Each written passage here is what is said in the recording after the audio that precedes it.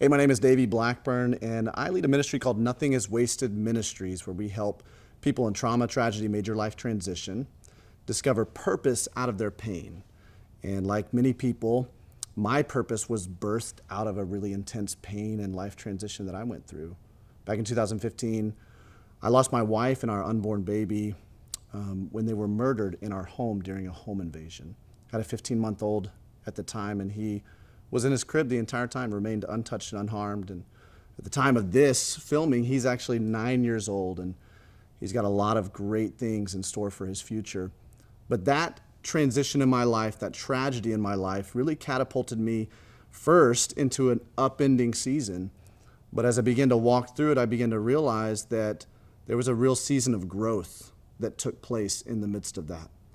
And that's what I've come to realize, that is a sobering reality, that pressure in life, pain in life, produces growth. And growth really galvanizes our purpose in life. You see, there's a couple kinds of pressure that can come against our life. We can have the pressure that we induce ourselves. Maybe it's through discipline or rigor. Maybe it's through intentionality. It's the kind of pressure we put around our own life in positive ways to help catalyze growth. There's pressure that we can put ourselves under somebody else's leadership, their advisory, their counsel, their feedback, and they apply pressure to our lives, and that helps us to grow. But there's also the kind of pressure that comes as a result of life circumstances, tragedy, trauma, adversity, difficult obstacles that we overcome, major life transitions where we found ourselves going, okay, what's next? What do I do out of all of this that I've had to endure?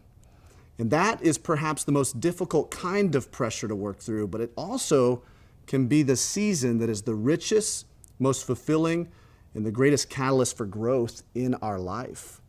But we have to approach it in a very intentional way. There's some important things that we have to do, and that's what we're going to talk about over these next 3 videos, is what are the 3 things that we have to do in the middle of that kind of pressure in our life.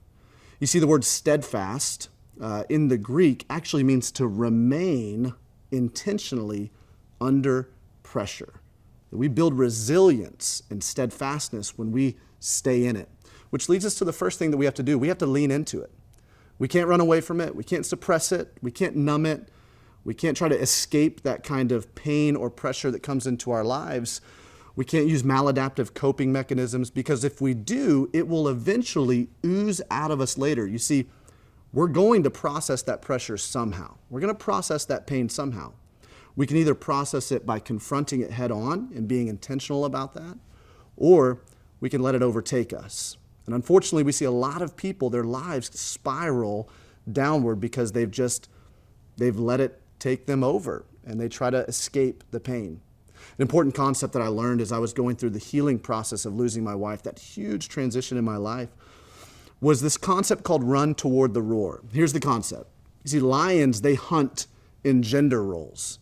The male lion is not actually the one who does the lion's share, if you will, of the hunting. It's actually the female lion, the lioness.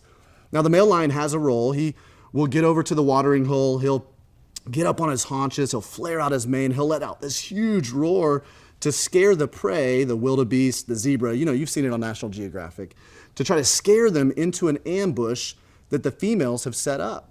Now, what the prey needs to do is they need to run, instead of away from the thing that scares them, they need to run toward the roar, if you will. You see, therein lies their safety. If they run away from it, they wind up getting ambushed, booby-trapped by the lionesses. And this is true when it comes to major transitions we experience in life, pain, pressure we experience in life. Everything inside of us wants to run away from it, wants to get out from under it.